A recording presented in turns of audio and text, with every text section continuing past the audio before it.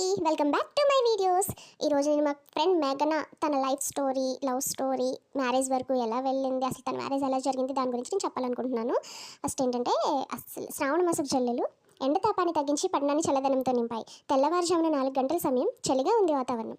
మామూలుగా విధుల్లో దైనందిన కార్యక్రమాలు ఆ సమయంలోనే మొదలవుతాయి. కార్పొరేషన్ ట్యాప్స్ ఆ టైంలోనే వస్తాయి.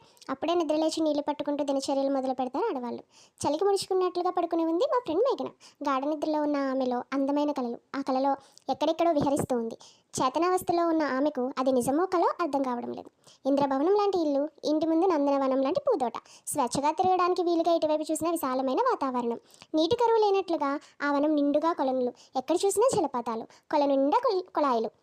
ఆ కుళాయిలను చూసి కేరింతలు కొడుతూ వెళ్ళి వాటిని తిప్పసాగింది మేఘన. అబ్బా, ఇన్ని కుళాయిల నీళ్లతో ఇన్ని రోజులు తమ నీటి దరిద్రం తీరిపోయింది అనుకుంటూ ఉండగా ఆశ్చర్యంతో మేఘన కళ్ళు పెద్దవయ్యాయి. మహాద్భుతాన్ని చూస్తున్నట్లుగా నిలబడిపోయింది. కుళాయిల నుండి నీటికి బదులుగా డబ్బులు దారగా కురుస్తున్నాయి.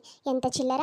ఆ చిల్లరతో నీటి విధంగా కళ్ళల్లో విహరిస్తున్న మేఘన దగ్గరికి సడన్గా వాళ్ళ అమ్మమ్మ వచ్చింది. వాళ్ళ అమ్మమ్మ వచ్చిన తర్వాత ఏం జరిగిందో నెక్స్ట్ పార్ట్లో చెప్తాను. గుడ్ బై అందరికీ.